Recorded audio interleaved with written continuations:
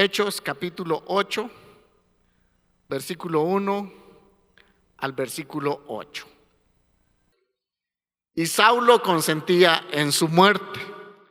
En aquel día hubo una gran persecución contra la iglesia que estaba en Jerusalén, y todos fueron esparcidos por las tierras de Judea y de Samaria, salvo los apóstoles. Y hombres piadosos llevaron a enterrar a Esteban e hicieron gran llanto sobre él. Y Saulo asolaba la iglesia, entrando casa por casa, arrastrando a hombres y mujeres, y los entregaba en la cárcel. Pero los que fueron esparcidos iban por todas partes anunciando el evangelio. Entonces Felipe, descendiendo a la ciudad de Samaria, les predicaba a Cristo, y la gente unánime escuchaba atentamente las cosas que decía Felipe, oyendo y viendo las señales que hacía. Porque de muchos que tenían espíritus inmundos salían estos dando grandes voces, y muchos paralíticos y cojos eran sanados. Y ve al versículo 8. Así que había gran gozo en aquella ciudad. Vamos a dejar ahí la lectura de la palabra. Yo le he titulado a este mensaje: ¿Cómo ser una iglesia firme en una generación cambiante? Usted sabe que los tiempos cambian, ¿verdad que sí? Hay tiempos donde nosotros somos prósperos económicamente, pero a veces nosotros pasamos tiempos de vacas flacas, ¿verdad que sí? A todos nos ha pasado. Tenemos algunos días, estamos llenos de salud, llenos de energía, y otros días pues nos visita la señora gripe y nos molesta, ¿verdad? Todo cambia en esta vida. Pasamos un tiempo, hace muchos años, en el tiempo de la guerra civil en Guatemala, donde hubo una gran cantidad de muertos, pero de repente se firmó la paz, aunque las facciones pues que iban en contra del gobierno tal vez no se disolvieron como se querría, pero realmente vivimos en un tiempo más o menos tranquilo en Guatemala. Y así le ha pasado a muchas generaciones que han vivido durante la tierra en diferentes épocas. Usted se recuerda que Jesús pronunció unas palabras tremendas. Él dijo en San Juan: y conoceréis la verdad, y la verdad os hará libres. Decía al principio que muchos de los guatemaltecos pueden hoy decir que somos libres, soberanos e independientes, pero realmente muchos son esclavos del pecado porque no le han entregado su vida a Jesucristo. Y solamente cuando nosotros le entregamos nuestra vida a Jesucristo y conocemos la verdad, y la verdad nos hace a nosotros libres para que nosotros dejemos de ser esclavos del pecado. ¿Cuántos hay acá que son libres? No, ¿cuántos hay acá que son libres? Que gozan la libertad de Cristo Jesús en sus vidas y que ya no se sienten atados a ese pasado, que ya no se sienten atados al enemigo. Realmente, qué rico es descansar uno en la libertad que Cristo Jesús nos ha dado, porque hemos conocido la verdad. Ya no hay más cosas que a nosotros nos aten y nos hagan triste la vida, porque hemos conocido la verdad. Y la verdad se llama Jesucristo, el Hijo de Dios. Esta gran revelación siempre ha pasado de generación a generación. Y escuche bien, y no importan las circunstancias que el pueblo de Dios esté pasando. No importan las circunstancias. Si el Hijo nos ha hecho libres, pues estamos viviendo una libertad que es verdadera.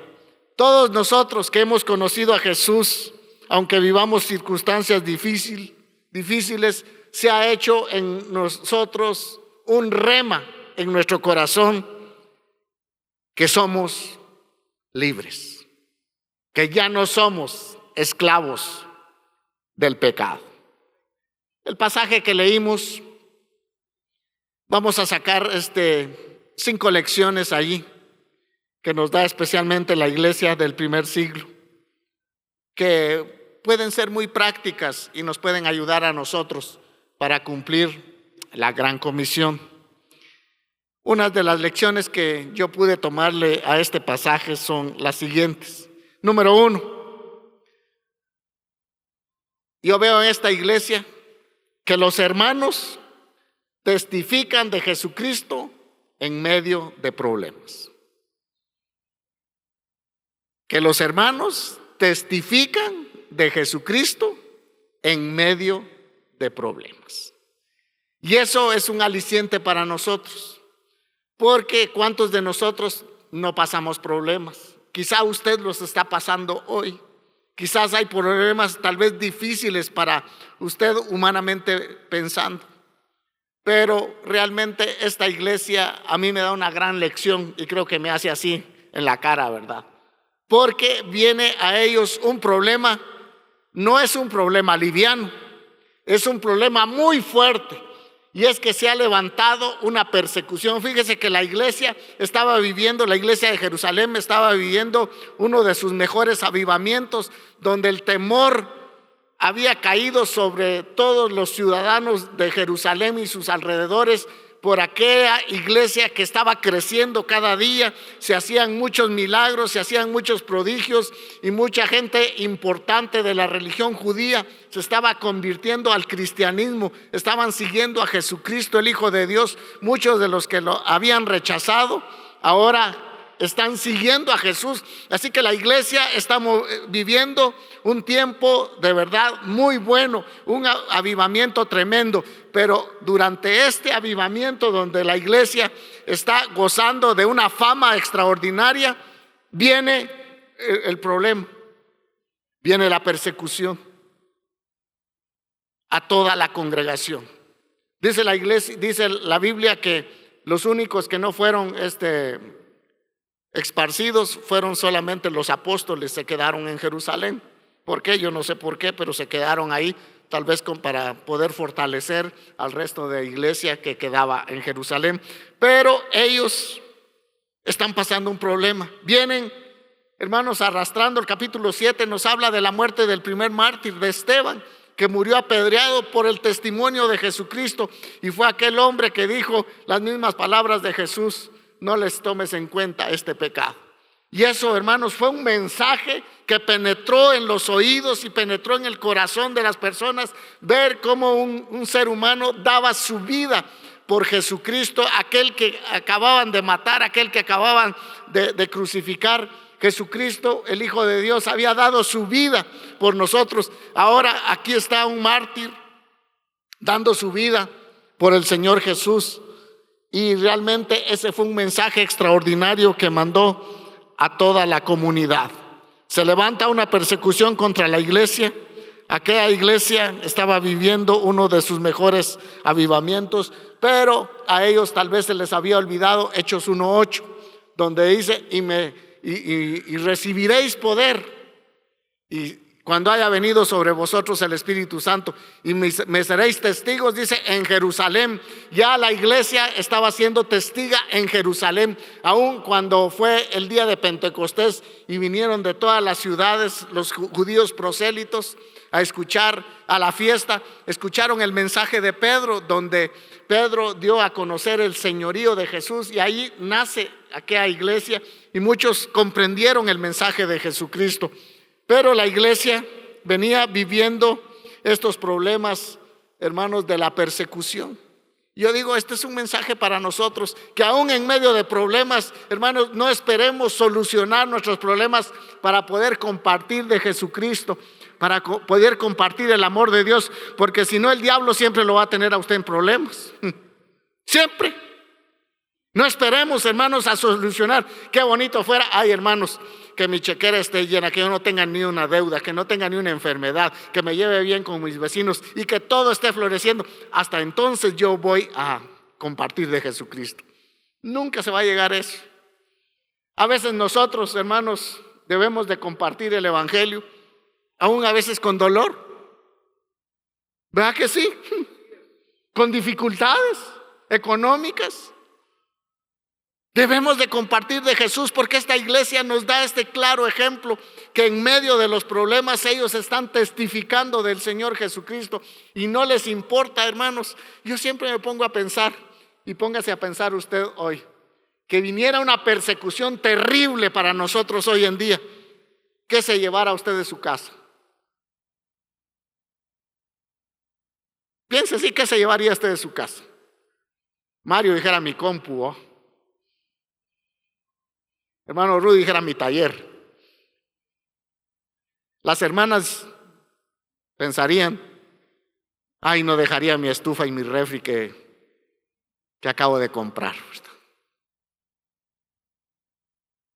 ¿Qué nos llevaríamos, qué pensaríamos llevar, hermanos, cuando de repente vino esta persecución a la iglesia y todos salen disparados, hermanos? Yo digo, qué tremendo es pensar, hermanos, de que venga una situación difícil a la iglesia de Cristo y que salgan por todos lados. Yo recuerdo que en el tiempo de la guerrilla, yo fui patrullero de autodefensa civil. Así como me ve, ¿va? Andaba con mi escopeta, ¿verdad? Y con una 45 acá, ¿verdad? Nos mandaban a cuidar los puentes, usted se imagina. Armados, dice uno, pero si ahí de bocado nos mandaban, va. Solo por no darnos racunim, nos mandaban a cuidar los puentes, va. Pero realmente nos mandaban a cuidar los puentes en ese tiempo, ¿verdad? Para que la guerrilla no los pudiera dinamitar. Y ahí pasábamos nosotros 24 horas. 24 horas cuidando los puentes. Pero de repente fueron a tirar una bomba atrás de mi casa. Y eso sí, nos entró a todos la ñáñara, ¿verdad? Pero mi papá, un hombre que siempre andaba con sus armas, no me dijo, aquí está una escopeta, si nos matan van a matar a hombres acá. Así mi papá no era cristiano. Muchos cristianos todavía lo dicen, pero eso quíteselo de la boca, ¿oyó? ¿Verdad? Conmigo no se meta porque soy de Zacapa, dice usted, ¿verdad? Pero de repente le entró temor a mi mamá, a mis hermanas, a mi abuelita. Y dijeron, no, los van a matar, ¿verdad? Porque nosotros estábamos pues de este lado, ¿verdad? Colaborando con el ejército. Y entonces, y salimos huyendo. Qué horrible es, hermanos, salir huyendo. ¿Qué se lleva uno? Solo un poquito de ropa. Y si tiene usted unos centavitos ahí debajo del colchón, pues es lo único que puede sacar. Y ahí, las cosas, olvide si uno las deja. Y yo me pongo a pensar en esta iglesia, que en medio de los problemas, hermanos, salen huyendo, pero lo que me llama la atención es que no salen quejándose, no salen pidiendo oración, no salen diciendo, oren por los hermanos de Jerusalén porque nos están persiguiendo, ayúdennos, por favor. Esa fuera la petición hoy en día de nosotros, si tuviéramos problemas. Pero los hermanos están testificando en medio de problemas, y en medio de los problemas están aprovechando esta oportunidad que Dios le estaba dando para llevar el evangelio a la provincia de Judea y de Samaria. Hermanos, era algo que ellos, solamente el Espíritu Santo puede hacer eso en el corazón de las personas que salen huyendo por el testimonio de Jesucristo. Pero eso no les impide que hablen de Jesucristo a las personas que están, hermanos, con necesidad de Jesucristo. Y ahí salen los hermanos, aprovecharon la oportunidad para regar la semilla del evangelio. Y hermanos, eso nos indica a nosotros que debemos de aprovechar cualquier tiempo. ¿Cuántos de ustedes van a la feria? Nadie va a levantar la mano. ¿Cuántos les gustan las garnachas? Aunque sea de aquellos otros animalitos, pues, pero verdad que les gustan las garnachas, ¿verdad? Pero aprovechamos nosotros los momentos como estos. ¿A quién de nosotros se nos ha ocurrido una idea de decir, voy a sacar unos 1000 o 500 panfletos y voy a ir a la feria a entregarle, porque los de los negocios sí son pilas. Yo hace muchos años que ya no voy a la feria, pero cuando iba, entraba uno al salón de exposición, ¿verdad? Y le dan un folleto a uno, y le dan otro, y le dan otro. A la salida usted sale con una carga así de folletos, ¿verdad? De todas las ofertas que los centros comerciales a usted le promueven, ¿verdad? Pero aprovechemos.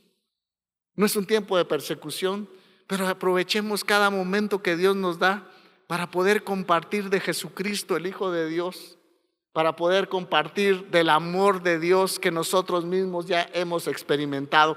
Aunque los hermanos estaban en gran persecución, en gran problema, ellos llevaban el corazón lleno del amor de Dios, porque el amor de Dios nada ni nadie lo puede sacar de nuestro corazón.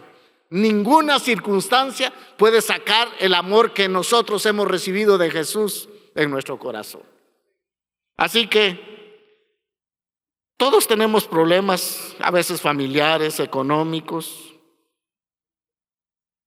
de trabajo, pero si hemos conocido la fuente inagotable, nadie puede detener a la iglesia. Nadie la puede detener.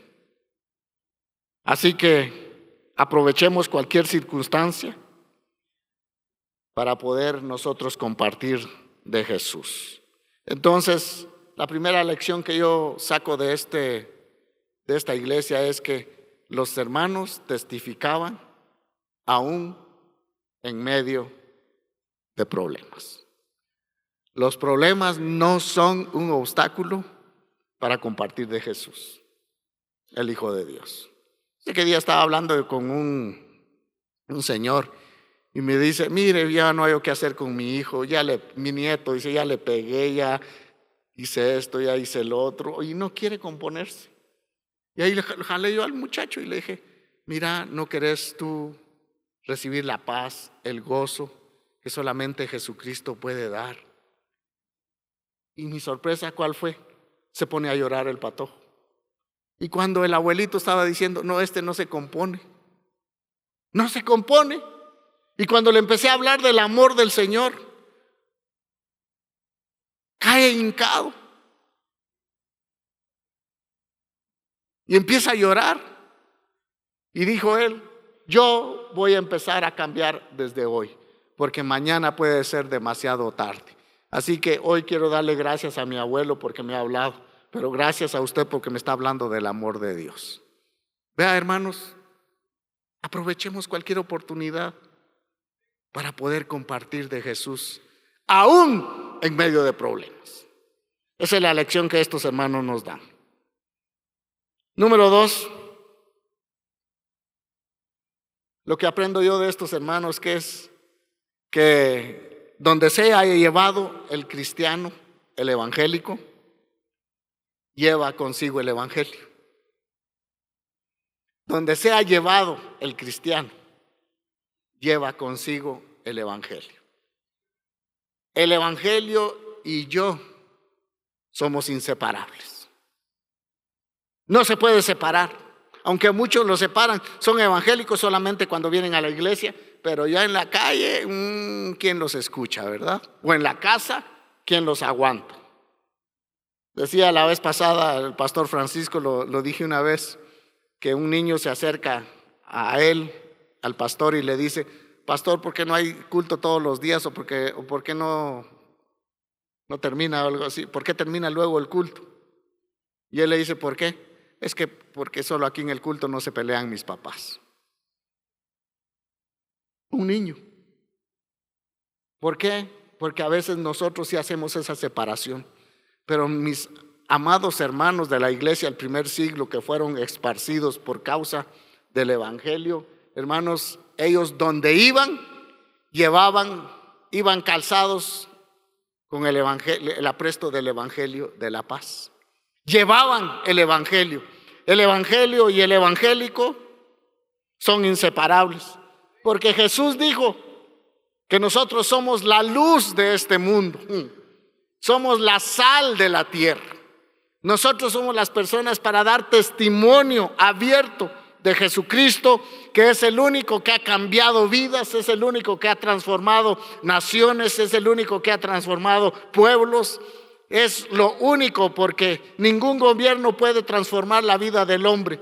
Solamente el Hijo de Dios lo puede hacer a través de su Espíritu Santo derramado en nuestros corazones. ¿Cuántos cambiados hay acá? ¿Cuántos hay que ya cambiaron? Que ahora son evangélicos, que ahora son la luz de este mundo, que son la sal de la tierra. Somos nosotros, porque el evangelio y los evangélicos son inseparables. Y acá vemos nosotros a estos hermanos, donde quiera que iban, fueron a dar un mensaje de esperanza, fueron a dar un mensaje de consuelo, fueron a dar un mensaje de transformación, llevaron un mensaje de paz. Aunque ellos estaban siendo atribulados, mire cómo es esto. Eso solamente Dios lo puede hacer. Aunque ellos estaban viviendo atribulados, pero eso no los amarraba a ellos para que de su boca saliera un mensaje de paz, de amor y de felicidad para las personas. El evangelio no lo puedo dejar en la casa. Ellos sí habían dejado sus casas, habían dejado sus pertenencias, pero lo que llevaban dentro de su corazón era esa fuente de agua viva que había dentro de ellos y que nadie ni nada se las podía quitar. Así que el cristiano y Cristo somos inseparables. Amén. Amén. Quiero salir temprano hoy. Número 3. Esta otra característica me llama mucho la atención de esta iglesia, fíjese. Y es que no todos eran predicadores de oficio. No solo vino la persecución a los de la alta jerarquía en la iglesia, sino la persecución vino para todos aquellos que habían confesado a Jesucristo como su Señor y su Salvador. Entonces, todos los que fueron esparcidos y iban a predicar el evangelio, no todos eran predicadores de oficio, pero sí todos habían tenido una experiencia real con Jesucristo. No sé si usted se recuerda el día que nació de nuevo. Tal vez no recuerda el día exactamente, o la fecha exactamente, o la hora, pero yo recuerdo que yo nací de nuevo un día viernes en una campaña evangelística, donde la palabra de Dios tocó mi corazón, porque a mí me habían metido en remojo de oración porque no me componía. Y a usted también lo han metido, se ve que lo metieron en remojo de oración, fíjese. Así, ¿verdad? Lo metieron en remojo de oración, porque si no, no estuviera acá. Usted solito no iba a buscar la salvación. Usted solito lo único que estaba buscando era la perdición. ¿Verdad que sí? Todos nosotros, los que vivimos un poco en el mundial, nos damos cuenta que íbamos atrás de la perdición. Nunca por nuestras propias fuerzas, por nuestra propia voluntad fuimos a buscar al Señor. Raras son las personas que dicen: a mí nadie me habló, solamente oí una voz que Dios me decía que le entregara mi corazón y le entregué mi corazón a Cristo. Pero son muy raros. Pero a los demás, hermanos, Dios usó personas para cambiar nuestra vida, para darnos un mensaje de esperanza, para darnos un mensaje de amor. Aunque en mi tiempo no predicaban tanto mensajes de amor, sino las campañas era cuando pasaban aquella película El Infierno. Y era aquella, hermanos, de verdad, no sé si se recuerdan de esas. Yo no sé si todavía están esas películas. Todavía, ¿verdad? Pero se miraba a la gente chamuscándose ahí, pegando unos alaridos horribles. Y cuando se terminaba la película, pasaba el predicador, decía: bueno, eso te espera si no le entregas tu vida a Jesús. Y aunque es cierto, pero se iban con los tacos por delante, ¿va? Lo barrían a uno, pero con todo, ¿va? Yo me acuerdo que pasé temblando y cuando yo estaba en el altar empecé a llorar. Yo dije, ¿qué me está pasando? Si nunca ha pasado esto en mi vida, nunca he experimentado esto. ¿Qué es? Y tratando de ocultar, porque me enseñaron que los hombres no deben llorar. No voy a agregarle usted la otra por una mujer, ¿va? Eso está pensando usted, ¿verdad? Los que son de mis tiempos se están acordando de esas canciones. Ya los nuevos no se recuerdan de eso, ¿verdad? Pero realmente el mensaje que ellos llevaban era simplemente testificar del cambio que Jesucristo, el Hijo de Dios, había hecho, había efectuado en el corazón de ellos. Ellos lo único que iban era testificar: Cristo Jesús a nosotros nos hizo libres, Cristo Jesús a nosotros nos perdonó todos nuestros pecados. Él fue muerto allá en la cruz del Calvario como un criminal para que yo pudiera tener acceso a la presencia de Dios. Y era todo el mensaje que llevaban, una experiencia vivencial. Y eso es lo que nosotros, los hijos de Dios, debemos de hacer. Así como Cristo me cambió a mí, Dios lo puede cambiar a usted, ¿verdad? Así que a ellos nadie los podía detener, aunque no eran predicadores de oficio, eran personas que habían tenido una experiencia real con Jesucristo. La gran persecución, aunque ellos habían sufrido la gran persecución, pero a ellos nadie los podía detener porque ellos se habían vuelto canales de bendición. Y el secreto era que solamente ellos eran vasos para llevar el tesoro que Cristo Jesús ha puesto en nuestro corazón y que otros lo pudieran experimentar. El único predicador de oficio que yo veo acá en todo el capítulo 8 es Felipe, ¿verdad? Felipe creo que fue uno de los primeros diáconos. Felipe. Y de ahí todos eran cristianos comunes y corrientes. Lo único que los hacía a ellos diferentes era la experiencia que habían tenido con Jesucristo. Y número 4.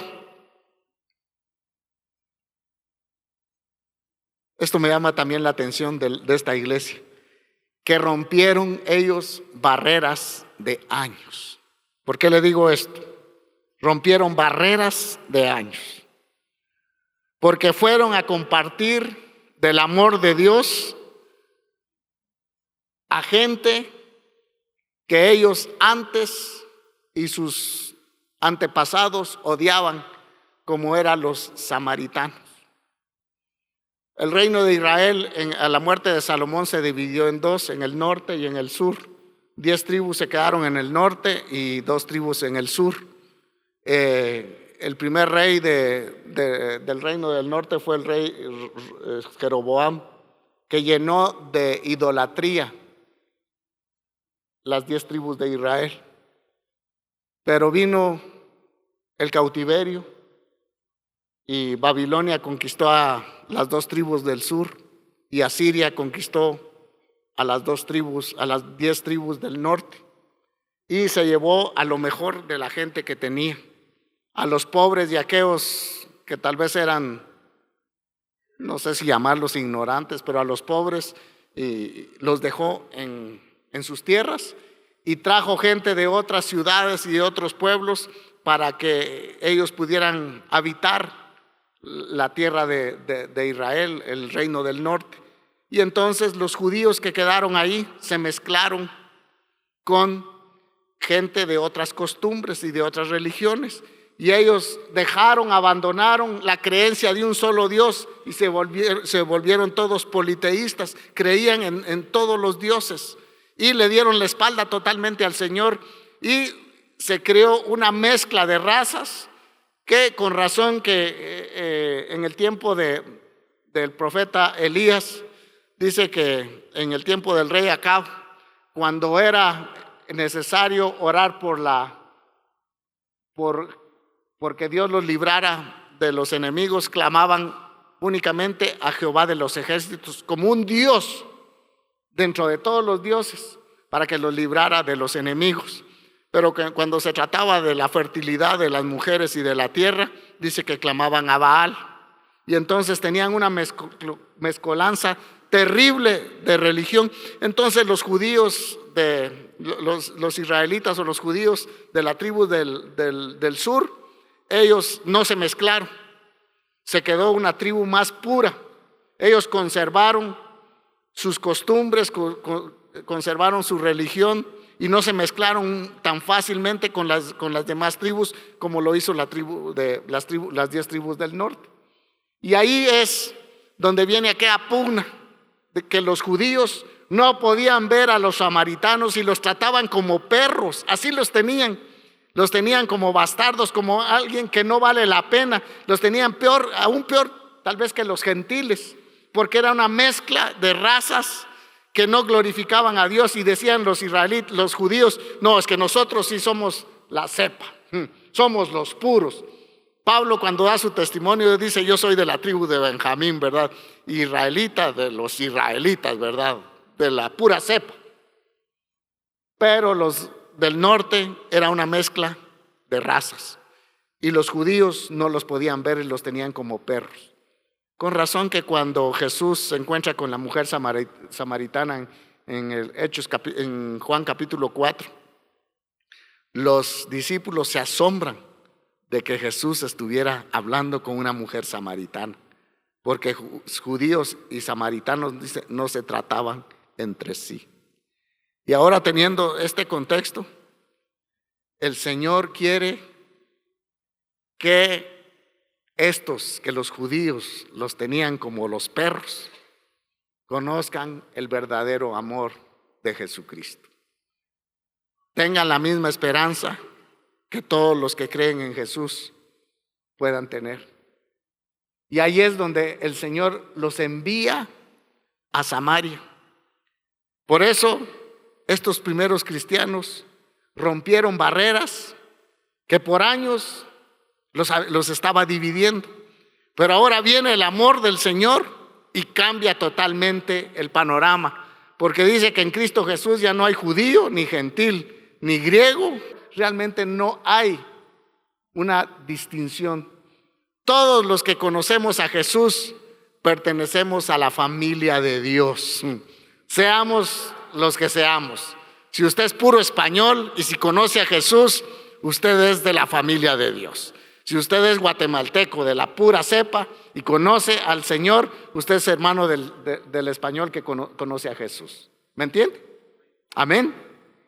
Entonces ellos rompieron barreras que por años no habían podido romper. Fueron a compartir el amor de Dios donde nunca pensaron que Dios los iba a llevar. Ellos nunca se imaginaron, aunque en Hechos 1:8 les había dicho el Señor: me van a ser testigos en Jerusalén, en Judea, en Samaria y hasta lo último de la tierra. Pero ellos todavía no podían digerir esto, que el Señor los mandara a un pueblo que a ellos lo tenían como un pueblo enemigo, un pueblo sin esperanza. Pero Dios los envía ahí, y esta iglesia es la que rompe todas estas barreras. Y esto nos enseña a nosotros a que rompamos barreras también. ¿Verdad que sí? Tal vez usted nunca le ha compartido a su vecino. Rompa esa barrera. Tal vez usted nunca le ha compartido el amor de Dios a su suegra. Pero compártalo, ella lo necesita, igual que usted. Aunque me haga unas caritas que no muy, ¿verdad? Pero debe de compartirlo. Rompamos barreras. Atrevámonos a hacer cosas que antes no podíamos hacer o no habíamos hecho. De romper barreras en el trabajo. Tal vez muchas veces nos han visto solamente calladitos. Lo único que tal vez nos tildan es de evangélicos porque no hablamos malas palabras y nos portamos bien. Pero tal vez nunca hemos podido nosotros hablarle a otra persona del amor de Jesucristo y de retarle para que pueda aceptar a Jesús como su único y suficiente Salvador, para que pueda descansar su alma en las manos de Dios. Así que esa barrera ellos la rompieron. ¿Qué diferencia de los samaritanos con Jonás, verdad? Perdón, no la iglesia primitiva, no los samaritanos, sino la iglesia primitiva. ¿Qué diferencia con Jonás? A Jonás el Señor lo envía a Nínive para pregonar el perdón, porque la maldad de los ninivitas había llegado hasta la presencia del Señor, y el Señor pues no podía tolerar el pecado y quería que Jonás llevara un mensaje de arrepentimiento para toda la nación. Pero Jonás era un nacionalista, porque en ese tiempo Nínive, la capital de Asiria, era la amenaza para el pueblo de Israel. Eran de los más peligrosos, los más crueles para poder conquistar las otras naciones. Y Jonás dijo: ¿cómo voy a ir yo a predicarle el mensaje a estos que son nuestros próximos enemigos, que nosotros somos las próximas víctimas? Así que no, mejor me voy para otro lado. Pero qué diferencia de esta iglesia, que aún en medio de la persecución van a predicar la palabra de Dios a Samaria, donde el pueblo de los samaritanos, como dije anteriormente, ellos era una mezcla de judíos con otras razas que le daban mucho la espalda al Señor. Así que por eso eran odiados.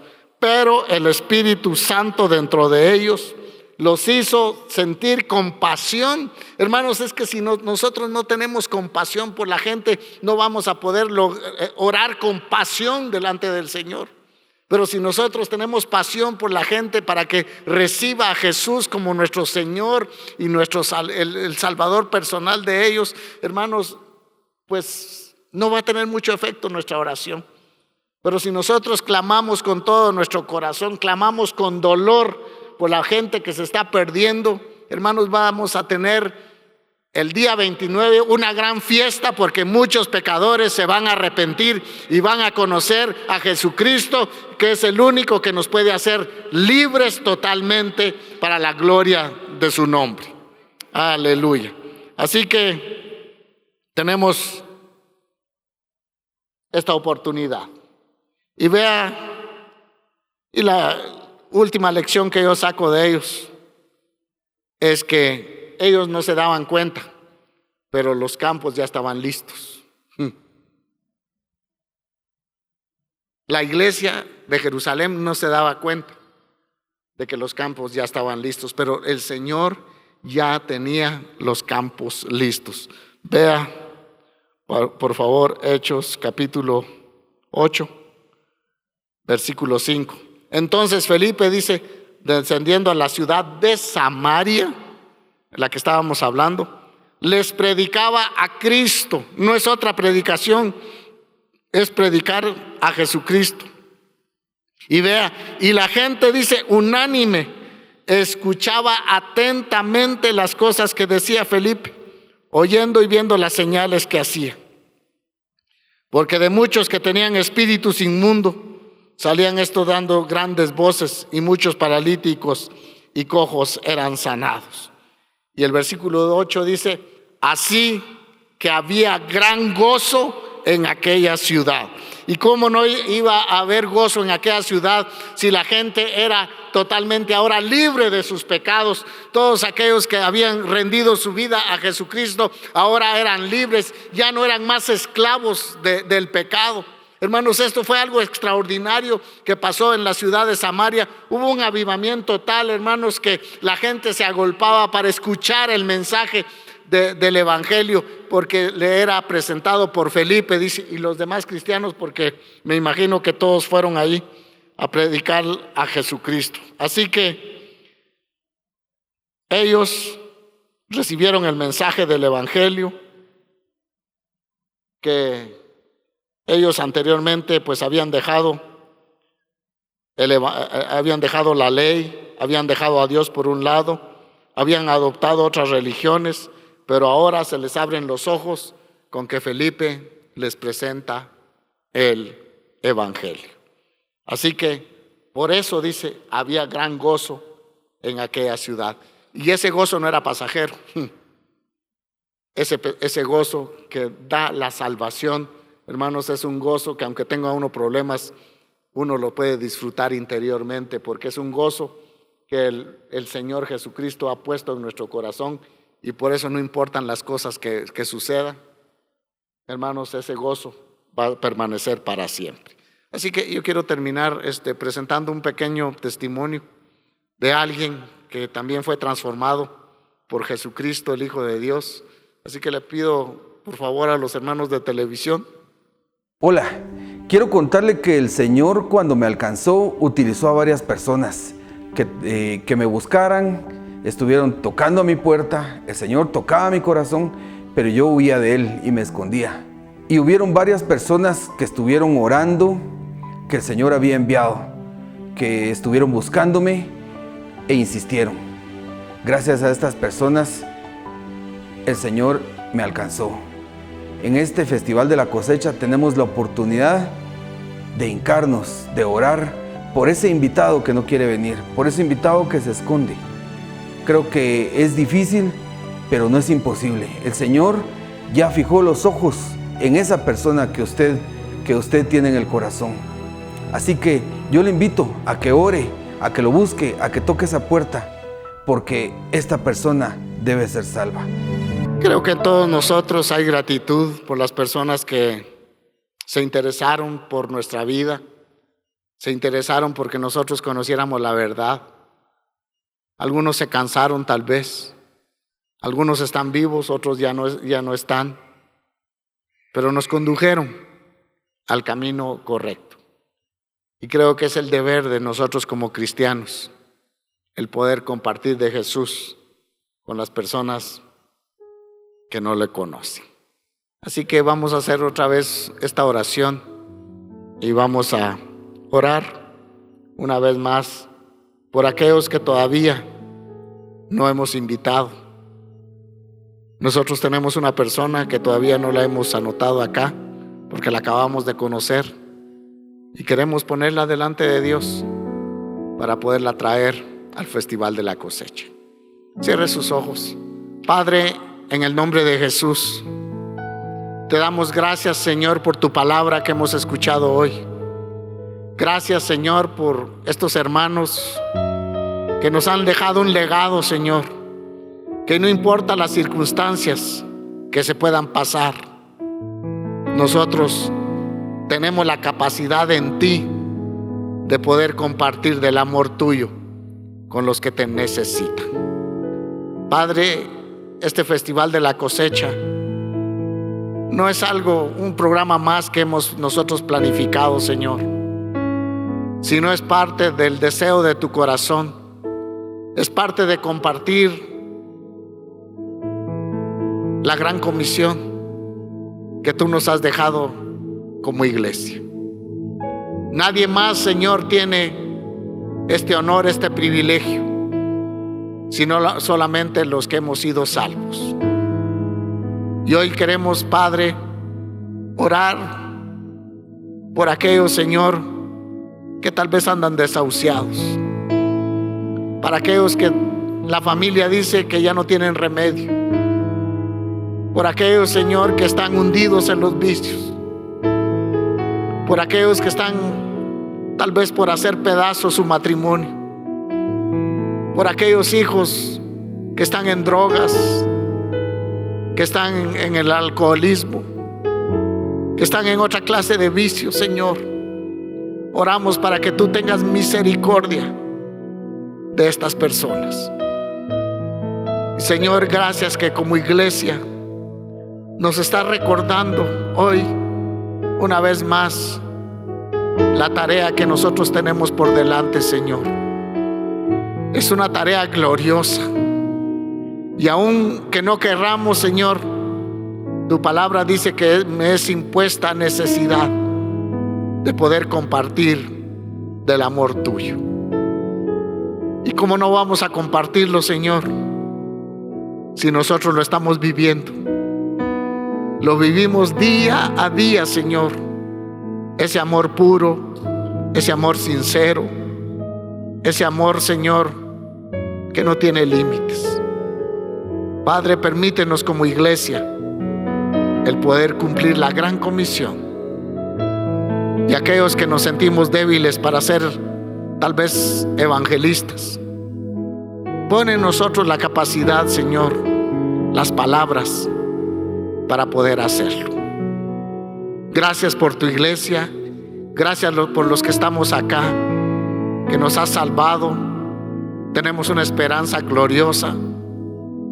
Creemos, Señor, que cuando partamos de este mundo vamos a estar contigo y vamos a pasar la eternidad contigo, Señor.